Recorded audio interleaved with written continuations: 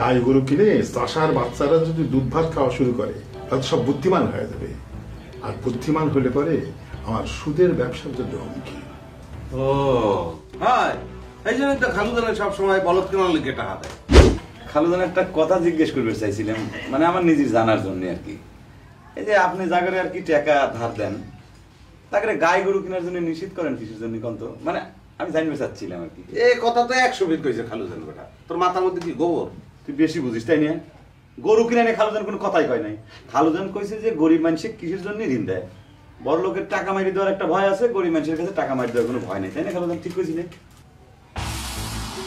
গাই কেনা নিষেধ কিসের জন্য সেটা ভালো করে শুনে না। গাই গরু কিনে চাষার বাচ্চারা যদি দুধ ভাত খাওয়া শুরু করে তাহলে সব বুদ্ধিমান হয়ে যাবে। আর বুদ্ধিমান হলে পরে আমার সুদের ব্যবসার জন্য হুমকি। ও হ্যাঁ, এই জন্য তো খালুদানের সবসময় বলদ কেনার লিখে টাকা দেয়। বলদ কেন? আস্তে বলদ। এই কথা খালুদান।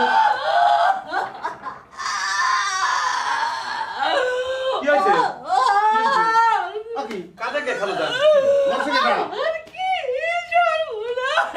আরে কোথা কি হয়েছে কি? থামো তো।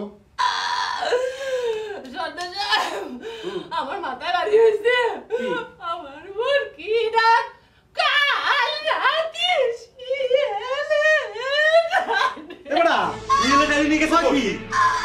রিয়েলতে একটা ছাগল নিয়ে দুইটা ছাগল ফিরে যাইছে খালুদান। আমরা ছাগলের পেটের দিক চাই দেখছেন, কম করে হলো দুইটা ছাওয়া ছিল। ওরে ভাই রে, কাঁদো না, কাঁদো না। থামো তো। শিয়ালের শরীরে কোনো দয়া নাই রে। বেটা রিয়েলা খালুদান কে এক বেটা? আমরা তো রাজ করে চাইছিলাম। রিয়েলে নিলে এখন রিয়েলে নিতে এখন পাইবে কই? খালুদানে তো ফেরত ছিল, রিয়েলে তো ফেরত দেবে না। কাঁদো না, কাঁদো, ধৈর্য ধরো, ধৈর্য ধরো।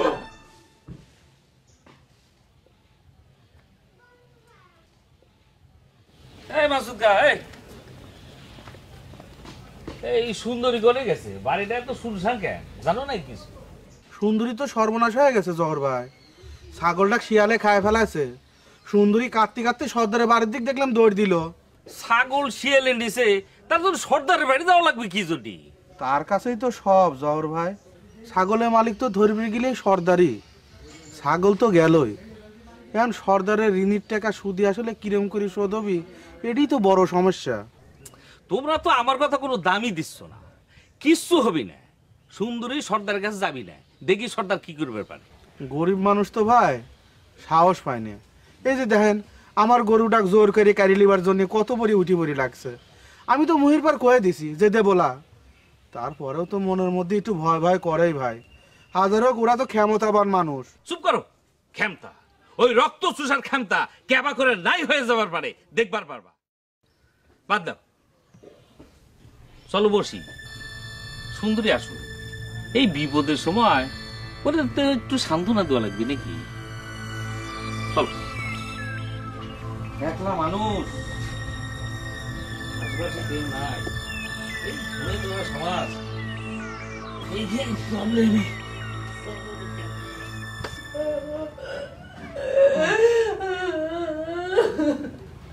আর এখন কাজে কি হবে সুন্দরী? তোমার বাড়িতে এত মিটিং সিটিং হচ্ছে, অথচ শিয়াল ঠেকাবার পারলে না। শিয়াল ঠেকাবে কেমন করে খালুদান? আমার তো মনে হয় কি যে মিটিং করে বাড়ির পর শিয়াল আসার সুযোগ করে দেওয়া হয়েছে, তাই না সুরাট? আমি তো কোনো মিটিং সিটিং এর মধ্যে নাই সর্দার সাহেব। থাকলেও আমার সমস্যা নেই, তোমার কাছে আমার ছাগলটা ছিল, শিয়াল এনেই কাল মরে যায়, দায়িত্ব তো আমার না, এটা আইনের কথা। এখন তুমি চিন্তা করে দেখো, শুধু আসলে আমার টাকাটা তুমি কেবা করে দিবে? এইসব আপনি কি কথা কন সর্দার সাহেব? শুদ্ধ দূরের কথা, আমি তো আসল দেখাই দিতে পারবো না।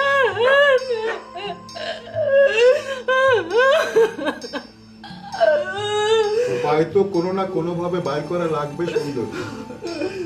তুমি এখন যাও, ছাগলের শোকে তুমি কাতর হয়ে আসছো, তোমার শোক কাটুক, তারপর আমি তোমাকে একটা উপায় গেল হংস।